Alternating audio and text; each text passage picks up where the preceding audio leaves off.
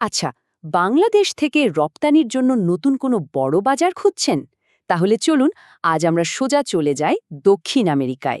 সেখানকার সবচেয়ে বড় বাজার মানে ব্রাজিলের দরজা কিভাবে খোলা যায় সেই কৌশলগুলোই জেনে নিই।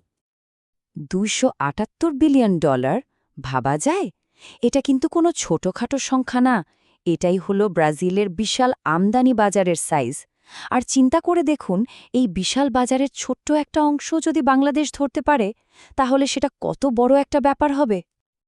তো মূল প্রশ্নটা হলো ব্রাজিলের আসলে কি প্রয়োজন আর বাংলাদেশি বা কি দিতে পারে। আজকে আমরা ঠিক এই প্রশ্নটারই উত্তর খুঁজব। বলা যায় ব্রাজিলের বাজারে ঢোকার একটা সহজ রোডম্যাপ তৈরি করে ফেলব। আচ্ছা, তাহলে চলুন একটু গভীরে যাওয়া যাক। সবার আগে দেখা দরকার ব্রাজিলের এই $multi-billion বাজারে আসলে কারা রাজত্ব করছে। দেখুন, এই চার্টে একদম পরিষ্কার চীন, যুক্তরাষ্ট্র, জার্মানির মতো বড় বড় দেশগুলোই বাজারের সিংহভাগ দখল করে আছে। এটা তো স্বাভাবিক, তাই না? কিন্তু আসল মজার ব্যাপারটা হলো এই বড় বড় প্লেয়ারদের ভিড়েও নতুনদের জন্য জায়গা তৈরি হচ্ছে। আর বাংলাদেশ কিন্তু ঠিক সেই সুযোগটাই কাজে লাগাতে শুরু করে দিয়েছে। ব্রাজিল আসলে কি কিনছে? দেখুন, যন্ত্রপাতি, খনিজ তেল, ইলেকট্রিক্যাল জিনিসপত্র, মানে একটা দেশের অর্থনীতি চালাতে যা যা লাগে প্রায় সবই। তার মানে কি দাঁড়ালো? তাদের এই চাহিদাটা কিন্তু হঠাৎ করে কমে যাওয়ার নয়, এটা খুবই স্থিতিশীল একটা চাহিদা। আর ঠিক এই কারণে নতুন সরবরাহকারীদের জন্য এটা একটা বিশাল ভরসার জায়গা।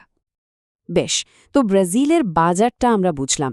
এখন দেখা যাক এই যে এত প্রতিযোগিতার মধ্যে আমাদের মেড ইন বাংলাদেশ ট্যাগটা কিভাবে নিজের জায়গা তৈরি করছে। শুধু এই গ্রাফটার দিকে একবার তাকান, অবিশ্বাস্য ব্যাপার। মাত্র কয়েক বছরের ব্যবধানে আমাদের রপ্তানি প্রায় দ্বিগুণ হয়ে গেছে। মানে 2021-22 সালে যেখানে ছিল $109 মিলিয়ন, সেটা এখন লাফিয়ে $187 মিলিয়ন পৌঁছেছে। এই যে 26% মতো ইয়ার ওভার ইয়ার গ্রোথ, এটাই একটু চোখে আঙুল দিয়ে দেখিয়ে দিচ্ছে যে ব্রাজিল আমাদের জন্য কত বড় একটা সম্ভাবনার বাজার হতে চলেছে। তবে এই দারুণ সাফল্যের গল্পের ভেতরেও একটা কিন্তু আছে। এই চার্টটা দেখলেই ব্যাপারটা পরিষ্কার হয়ে যাবে।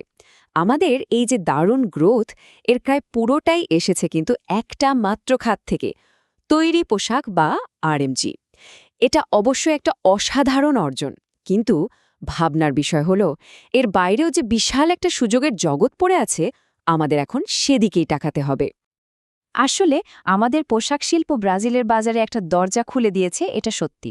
কিন্তু আসল খেলাটা শুরু হবে যখন আমরা এই একটা পণ্যের বাইরেও ভাবতে শুরু করব, মানে পণ্যের বৈচিত্র্য আনার মাধ্যমে। একটু কল্পনা করুন তো, ব্রাজিলের কোনো একটা বড় শহরের একজন ক্রেতা, যিনি কিনা পরিবেশ নিয়ে খুব সচেতন, তিনি একটা স্টাইলিশ ব্যাগ খুঁজছেন। আর ঠিক তখনই তার সামনে এলো আমাদের বাংলাদেশের সোনালি আঁশ, মানে পাটের তৈরি একটা পণ্য। ব্যাপারটা দারুণ না? বিশ্বজুড়ে এখন যে সাস্টেইনেবিলিটির একটা ট্রেন্ড চলছে, সেটার কারণে আমাদের পাটের জন্য ব্রাজিলে একটা দারুণ বাজার তৈরি হতে পারে। এবার আসি ওষুধ শিল্পে।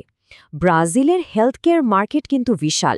অন্যদিকে আমাদের ওষুধ শিল্প বিশ্বমানের, কিন্তু দামে সাশ্রয়ী। তো এই দুইটা জিনিসকে যদি একসাথে মেলানো যায়, তাহলে কি হয়? একটা দারুণ সুযোগ তৈরি হয়। আমাদের দেশের ভালো মানের জেনেরিক ওষুধগুলো ব্রাজিলের লক্ষ লক্ষ মানুষের কাছে সহজেই পৌঁছে যেতে পারে। যে কোনো দেশের মতোই ব্রাজিলের মধ্যবিত্ত শ্রেণী যত বড় হচ্ছে, তাদের লাইফস্টাইলও তত উন্নত হচ্ছে। মানে ঘর সাজানোর দিকে তাদের ঝোঁক বাড়ছে। আর ঠিক এখানেই কিন্তু আমাদের সিরামিক শিল্পের জন্য একটা বড় সুযোগ। আমাদের সুন্দর ডিজাইনের অথচ সাশ্রয়ী দামের টেবিলওয়্যারগুলো ব্রাজিলের ঘরে ঘরে পৌঁছে যেতে পারে। আর লেদার আর ফুটওয়্যারের কথা তো না বললেই নয়। আমাদের চামড়াজাত পণ্যের কোয়ালিটি আর দামের যে সমন্বয়, সেটা কিন্তু দারুণ। এই সুবিধাটা কাজে লাগিয়ে ব্রাজিলের বিশাল কনজিউমার মার্কেটে খুব সহজেই একটা ভালো জায়গা করে নেওয়া সম্ভব। ব্যাপারটা যে শুধু আমরাই ভাবছি তা কিন্তু নয়। খোদ ব্রাজিলের রাষ্ট্রপতি বাংলাদেশকে কি বলেছেন জানেন? দক্ষিণ এশিয়ার এক নতুন অর্থনৈতিক জায়েন্ট। এই একটা কথাতেই কিন্তু সব পরিষ্কার হয়ে যায়। দুই দেশের মধ্যে বাণিজ্যিক সম্পর্কটাকে আরও মজবুত করার জন্য কতটা আগ্রহ কাজ করছে, সেটা এখান থেকেই বোঝা যায়। আচ্ছা, সুযোগের কথা তো অনেক হলো, সম্ভাবনাও পরিষ্কার। কিন্তু আসল প্রশ্নটা হলো একজন বাংলাদেশি রপ্তানিকারক কিভাবে ব্রাজিলের একজন বায়ারের সাথে যোগাযোগ করবেন? পথটা কি? ব্রাজিলের বাজারে ঢুকতে হলে একটা পরিষ্কার প্ল্যান বা প্লেবুক দরকার। মানে বায়ার খুঁজে বের করা থেকে শুরু করে তাদের সাথে একটা লম্বা সময়ের জন্য সম্পর্ক তৈরি করা পর্যন্ত। চলুন এই প্লেবুকের ধাপগুলোই এক এক করে দেখে ফেলি। ব্রাজিলে কিন্তু 1,74,000-এরও বেশি ইম্পোর্টার আছে। সংখ্যাটা বিশাল। তো তাদের কাছে পৌঁছানোর সবচেয়ে কার্যকর উপায় কি? উত্তরটা হলো ডিজিটাল আর ফিজিক্যাল দুটো মাধ্যমকেই একসাথে ব্যবহার করা। একদিকে B2 ব্রাজিল বা আলিবাবার মতো অনলাইন প্ল্যাটফর্ম, আর অন্যদিকে সাও পাওলোতে মেড ইন বাংলাদেশ এক্সিবিশনের মতো ট্রেড শো। এই দুয়ের সমন্বয়টাই আসল। শুধু বায়ার খুঁজলেই তো হবে না, সেখানকার নিয়মকানুনও জানতে হবে। যেমন একটা খুবই গুরুত্বপূর্ণ বিষয় হলো মার্কোসুর বাংলাদেশ পিটিএ, মানে একটা প্রেফারেন্সিয়াল ট্রেড এগ্রিমেন্ট নিয়ে কথাবার্তা চলছে।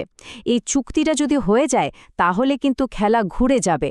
ব্রাজিলে আমাদের পণ্যের ওপর ট্যাক্স বা শুল্ক অনেক কমে যাবে, যার মানে হলো আমাদের পণ্য অন্য দেশের পণ্যের চেয়ে অনেক বেশি কম্পিটিটিভ হয়ে উঠবে।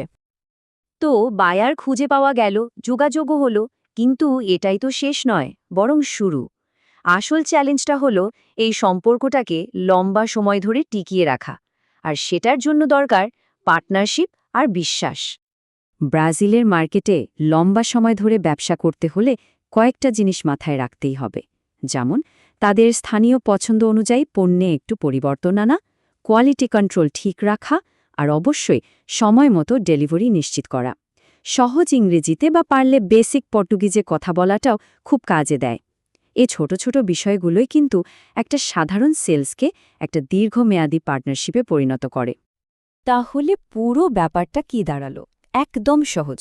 একদিকে আছে ব্রাজিলের চাহিদা, তাদের ভ্যালু অ্যাডেড নির্ভরযোগ্য পণ্য দরকার, আর অন্যদিকে আছে বাংলাদেশ, যার বিশ্বমানের উৎপাদন ক্ষমতা আছে আর সাশ্রয়ী মূল্যে ভালো জিনিস দেবার সুনামও আছে।